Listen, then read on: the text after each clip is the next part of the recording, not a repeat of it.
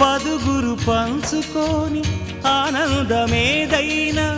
పచ్చికైన పెంచలేని ఎడారివాన ఆడమగ జంట ఆలుమగలుగా మారి అంతే చాలు అంటారా అమ్మ నాన్నలుగా అత్తమామలుగా పేరు పొందాలను కోరా తాతయ్య నవ్వాలి మీసాలు దువ్వాలి అవ్వనే నవ్వాలి కవ్వలా నవ్వాలి అనే ఆశ తోడు ఉండగా పైన పడే ఈడు కూడా పండుగ